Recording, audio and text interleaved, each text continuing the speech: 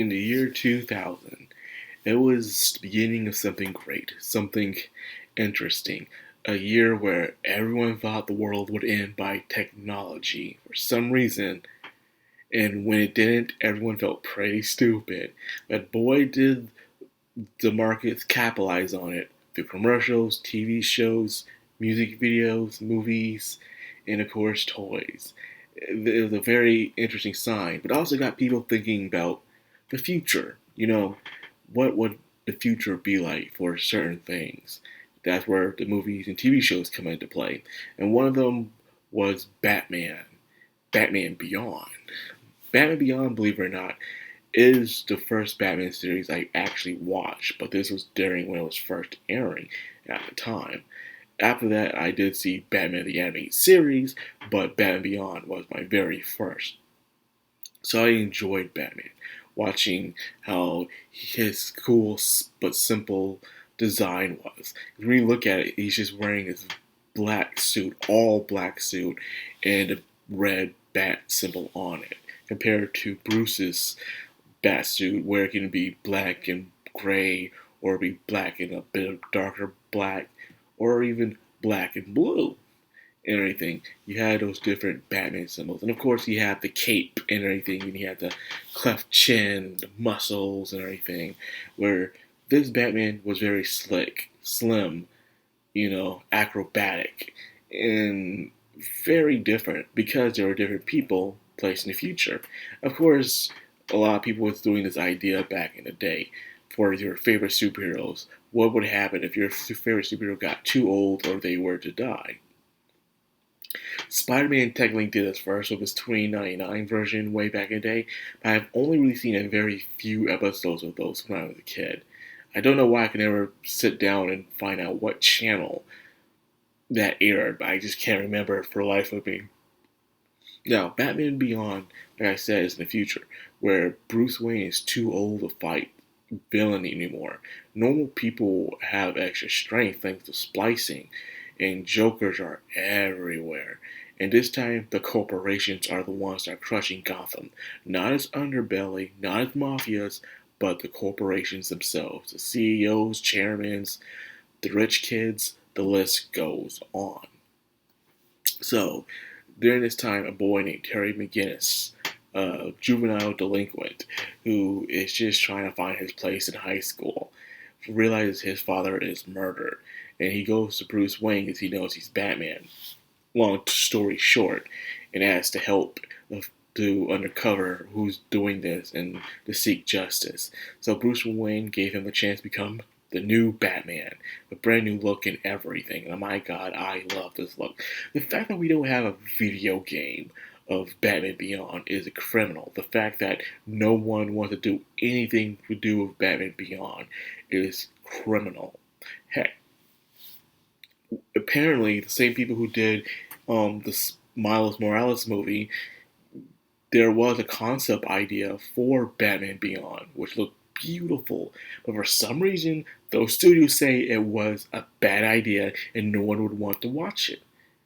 I don't know what's wrong with these studios. They've been doing this a lot lately, but apparently they've been doing this for years. When I talk to some people at conventions who do art designs or storyboards for certain video games, TV shows, and comics, where they'll have a cool idea, but the people up ahead would say, no, no one would want to watch this, no one would want to play this, no one would want to read this. The way they think is just out of this world, but yet they think people watch the garbage they put out now. It's just like, why? I don't understand the concept of these people. It's like they're so out of touch of what their consumers want. They'll keep giving people slop and increasing the prices. That's why I don't get upset that these studios and companies lose money or go down, because they're asking for it, man. They really are. But anyways, back to it. Terry McGinnis is his own character. He's like Miles Morales. And because of this lately, there's been this debate going on of who's better, Miles Morales or Terry McGinnis. Who's a better future legacy character. And much as I do love Miles Morales, I'm going to have to say Terry McGinnis. Terry McGinnis really is his own Batman. With Miles Morales, people still see him as, of course, Spider-Man, but just Miles Morales Spider-Man. But when it comes to Terry McGinnis, he is Batman, Batman Beyond. For in a way, he learns to become his own Batman. And Bruce is actually very lenient with him. In a way, shows some mercy compared to the past. This is a Bruce who's been through it all. Through the Justice League, through the Bat Family, through the Jokers, everything. So with this new kid, he wanted to do something a bit light. He didn't want Terry McGinnis, who had potential to be the best Batman, but didn't want him to become a full-time Batman.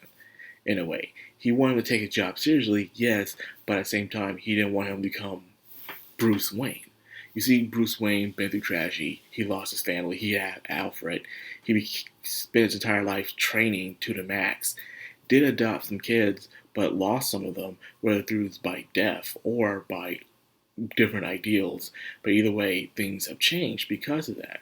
Seeing Terry McGinnis, who actually has a family, a high school life, and a girlfriend, he actually allows him to do it. For instance, where he's on his way looking for something, he says, "I can do this, man. I got a life. I got see my girlfriend later on and stuff." And he finds ways to compromise.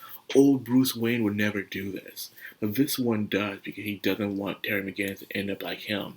Someone who's too strong, they're so focused on a job that they lose sight for what is important.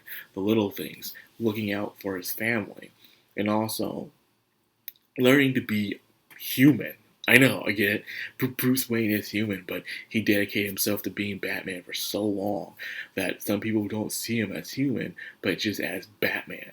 And Batman is something that's beyond human. It's become a symbol of Gotham, heck, even to a planet in some issues of comic books. Either way, Terry McGinnis had to do this. Terry McGinnis also played things by his own rules as well, where he's willing to give other people a chance as well. Where Bruce, in a way, was too suspicious, barely really wanted to work with anybody unless he really knew he could trust them or they had nowhere else to go.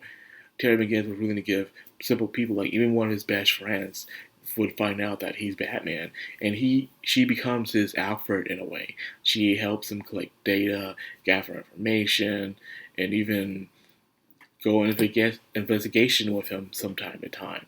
Of course, they are young teenagers, so they would overstep their boundaries and screw up a bit, but that's life and experience.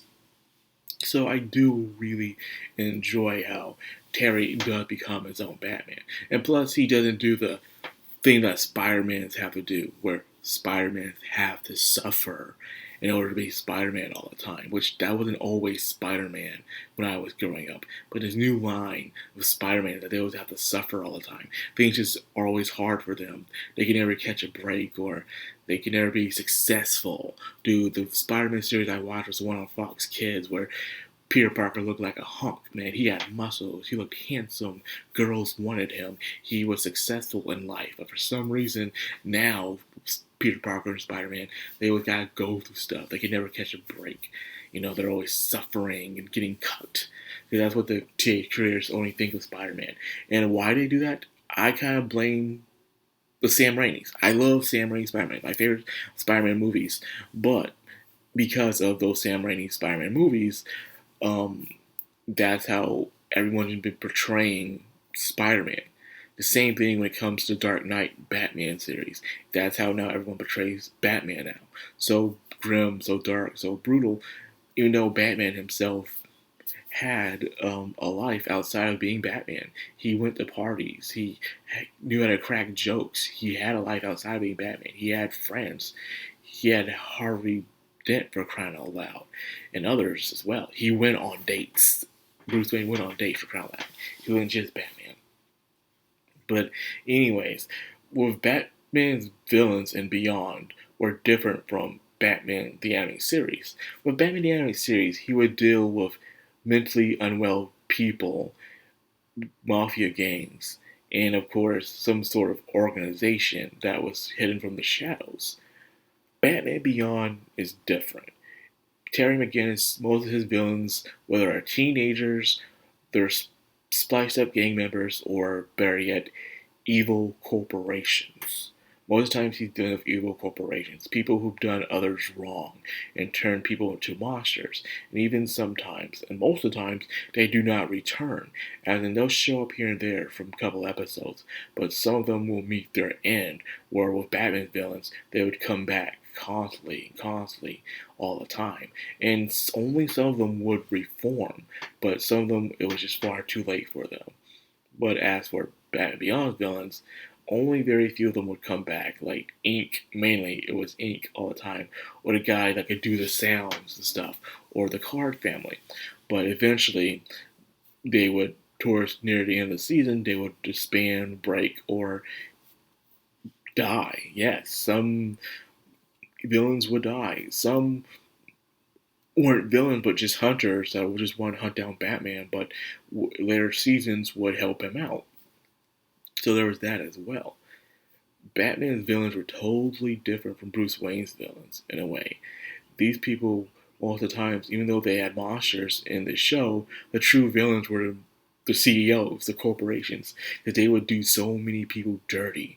They would really easily kill people or could possibly blow up an entire city if they had this investment of an experiment or this project every single time. And Terry had to save them or try to warn them, like, hey, it's going to catch up to you. Now, another thing I would like to talk about, most of the shows in Batman Beyond had something to do with family. For instance, The Royal Flush was about a family that was very dysfunctional. Or you had the mom and her boys who would go around robbing things. You would have a kid who ran away from home and stuff. Like, you had a lot of family interpretation. And of course, Batman Beyond had its crossovers. There's this time everyone had crossovers, you know. This is what I like about the early 2000s when it comes to the shows. Not everyone was on the same show, so you watch all your favorite characters in the same show. No, everyone had their own show, and every now and then they would do crossovers. Batman did crossovers with Static Shock, and of course, he introduced a new TV show called Project Zelta, one about a robot who was so close to being human, he just wanted to be set free. So he's going to look for the people who can help him with that. And he meets them again later on near the last season. So, yeah, Batman Beyond, and during those times, you had a lot of crossovers, and it was fantastic. And, of course, that Shock would run to the Justice League, a Nazi and stuff, and regular Batman and Robin as well. Now, how does that Shock meet Batman Beyond? Well, he's found some way to travel into the past and stuff. Very interesting. But what superhero haven't traveled? Well, not the past. I mean, well, he did travel to the past, but the future as well. The fact traveling to the past one was very, very sad, and traveling to the future one was very, very cool. Why he traveled to the past? I don't want to talk about it, but it was very sad. But anyways, I've enjoyed Batman Beyond. The fact that we don't have an Arkham version of Batman Beyond, or we don't have a movie, a new TV show, or even toys, it's just weird. I understand why we can't have Static Shock merchandise, because corrupted people, but no Batman Beyond? Come on, man. He showed up in the Infinity Crisis thing where all the worlds were slowly disappearing and stuff. He showed up there, but that's the last time we've seen him. We rarely see him. He is getting a comic book with Static Shock, grown-up Static Shock, but that's it. Well, anyways, I enjoy Return of the Joker. I almost forgot about this. During the time when Pokemon, the movie was coming out, and everyone got the DVD, they showed the trailer to Return of the Joker. And this one was no different from the TV shows, but long expansion movie, and the Joker somehow comes back. Who is the Joker? I will not tell who the Joker is, but indeed is, in a way, is the real Joker.